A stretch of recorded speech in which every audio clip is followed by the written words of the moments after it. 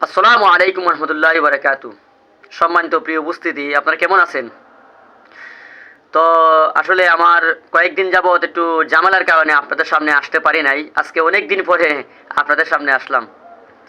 আমাকে অনেকেই কমনে এবং মোবাইলে এবং বাস্তবে অনেক সময় প্রশ্ন করে যে ভাই, আপনি দেখা যায় বেশি বেশি করে জামাতে সাপোর্ট করে।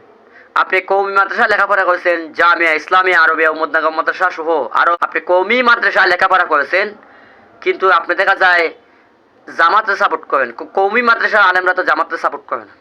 এ কথাটা বাস্তব, কিন্তু আসলে এ কথাটা বাস্তব। কওমি মাদ্রাসায় যারা লেখাপড়া করে, এটা একটা বিশ্বস্ত একটি ইসলামিক প্রতিষ্ঠান, যেটার মধ্যে ইসলামিক জ্ঞান অর্জন করা যায়।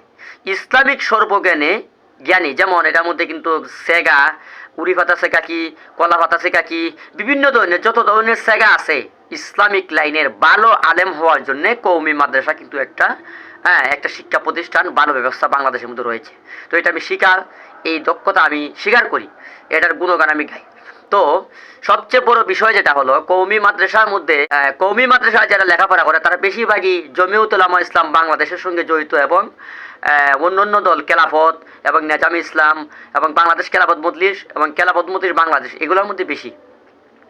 তো আরেকটা বিষয় হলেন, সবচেয়ে বড় বিষয় যেটা হলো, আমি পূর্বে কিন্তু অনেকগুলা রাজনৈতিক দলের সঙ্গে আমি ছিলাম, যাচাই বাছাই করেছি অনেকগুলা দল।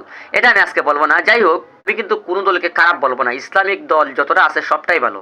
তো আমি দেখেছি, যেমন আওয়ামী লীগ যারা করে, যেটা তো ইসলামিক দল না, কিন্তু আওয়ামী লীগ যারা করে তারা কিন্তু প্রচার করে, কি প্রচার করে, যে তোমরা আওয়ামী লীগ যদি করো তাহলে তোমরা বঙ্গবন্ধুর আদর্শ গ্রহণ করো। ঠিক তদ্রূপভাবে বিএনপি যারা করে, যে তোমরা পরিপূর্ণ যদি তোমরা বিএনপি হতে চাও তাহলে তোমরা জিয়া সৈনিক হও।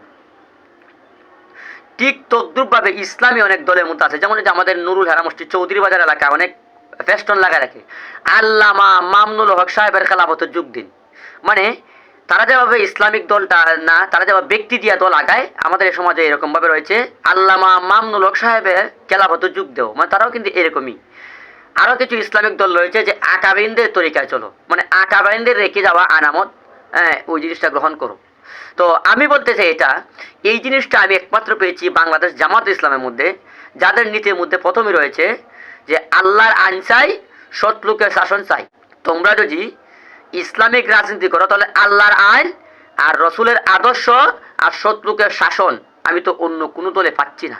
যেমন কোনো দলে আছে, এক দল ঝগড়া লাগছে, আরেক দলে দেখা যায়, এক দলে ঝগড়া লাগছে পুলিশের ফিটা খায়, আরেক দলে দেখা যায় এই খতম ইউজ পড়ো, দোয়া করো, তসবি পড়ো, তালিম পড়ো, তার জন্য দোয়া করো, মসজিদে দোয়া করো, সিঁড়ি দেও। কিন্তু এটা তো ইসলামে নাই।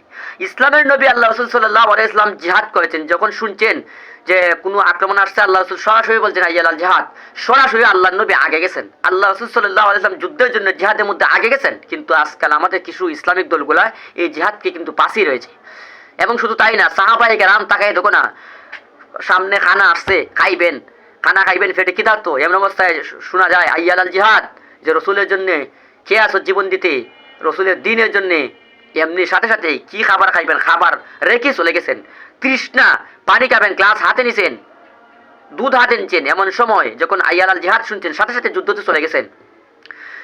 আল্লাহ রসুলের উদ্দেশ্য ছিল কি, যে একমাত্র উদ্দেশ্য ছিল একটা, আল্লাহর জমিনে আল্লাহর দিন প্রতিষ্ঠা করা, আল্লাহর জমিনে আল্লাহর দিন প্রতিষ্ঠা করা।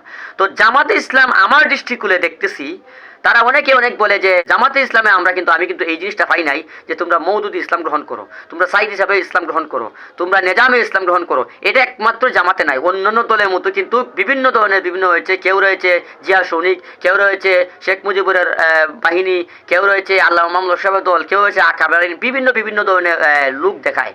কিন্তু একমাত্র জামাতে ইসলামের মধ্যে এটাই আছে, লক্ষ্য উদ্দেশ্য তারা কি, আল্লাহর জমিনে আল্লাহর দিনকে প্রতিষ্ঠা করো। যেমন আল্লাহ বলছেন নামাজ পড়ো শুধু বললেন না, আল্লাহ বলছেন নামাজ প্রতিষ্ঠা করো।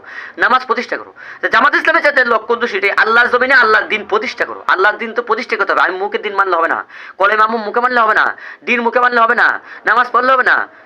আল্লাহ রাসূল সাল্লাল্লাহু আলাইহি ওয়াসাল্লাম সর্বদাই চেষ্টা করেছেন যে আল্লাহর জমিনে কেমন করে আল্লাহর দিন প্রতিষ্ঠা করব। তো আমরা চাই, আল্লাহর জমিনও আল্লাহর দিন প্রতিষ্ঠা হোক। ওই ধরনের দল যতগুলো আছে এদের সঙ্গে আমি আছি, ইনশাল্লাহ থাকবো। এইরকমই আমি আশা ব্যক্ত করে সবার সামনে বিদায় নিলাম। আসসালামু আলাইকুম রহমতুল্লাহি ওয়া বারাকাতুহু।